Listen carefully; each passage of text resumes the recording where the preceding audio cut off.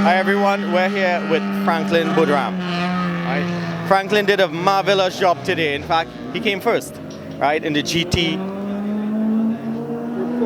Grade 4, right? Now, this is the son of the world famous Frankie BOODRAM. Franklyn, tell us something about yourself. Tell us something about the car that you drove today.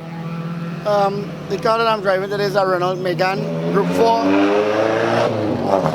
4 Caribbean Motor Racing Championship car, CMRC car.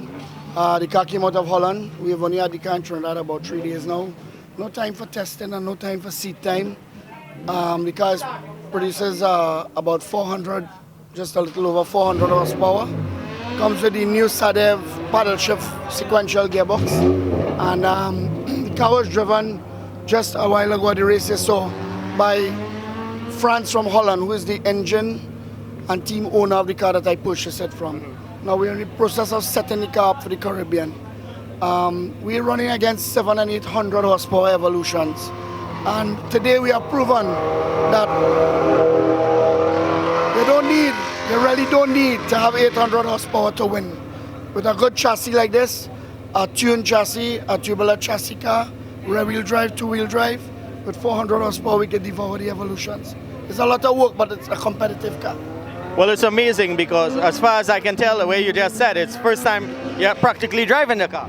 Yeah, the car's new. We haven't had no kind of time on the car at all. We have a lot to go and a long way still to go. We need to practice, we need to get ready for Guyana.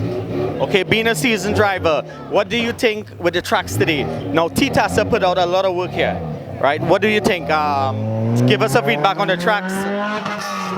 Track condition is not what we have hoped for, but Titasa management has done a marvelous job. They took a forest and made it a theme park today. And hats off to the complete management, Mr. Robert Amar, the president.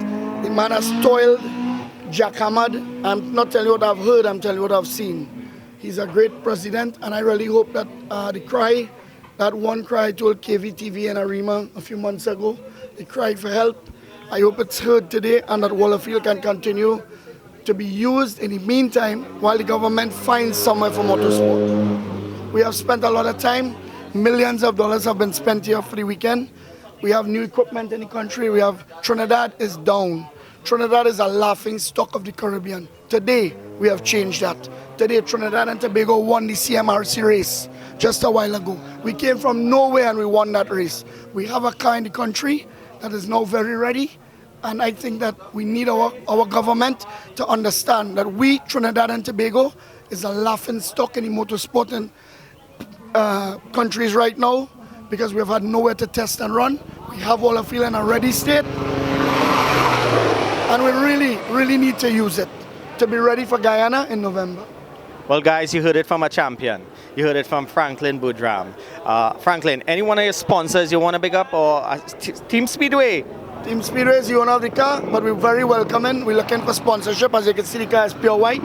We're waiting to put the new sponsor on the car. We're here with Zak. Zak, tell us a couple things about what went on the tracks today.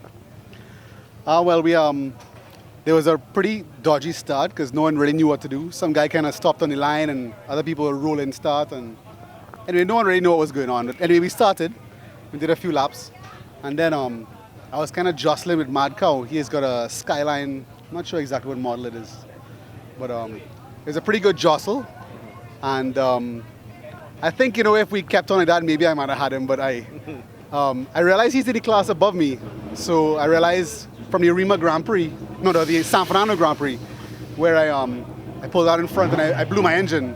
I said, you know what, I better slow this down. I don't need to race him, he's not my class. So I just kept to look in my mirror, and anybody in my class who was behind me, who never showed up, I would have raced, but I decided not to race Mad Cow. Tell me something. Being a seasoned driver, what do you think about Titasa involvement with all the work here at the tracks? What do you think? Was it a good track or you had problems on it? You tell us. I think they have a fantastic event here. They have a fantastic location. I mean, you just have to look at the old Scorpion there. You can still see they're doing a stellar job. And I think they just need a little bit of practice with the organization. They haven't had an event for a long time. And so this big event might have been a little bit much for the basic organization. But you know, it is the first one, so give them two or three, they'll be back on track. But look at it. I mean, it's a huge event. I mean, when's the last time we saw something so big in motorsports? Awesome, man. Awesome. It brought back a lot of memories. In fact, it's so nostalgic. Tell me something. Are you going to race again, or that's it for the day? Yeah, we're going out next. There's GT1 and 2 now. Yeah. And after that is 3 and 4, which I go out 3 and 4. Okay, good. We're looking for you at first place next, right? We're coming to interview you after. I don't know about that. That road tree is pretty quick.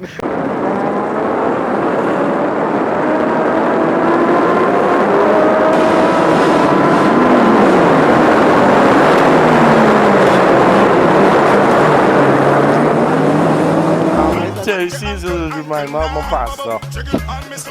Hey! You have a good pastor, but I don't know why you don't follow him in church. You don't give up nothing in church. When the bad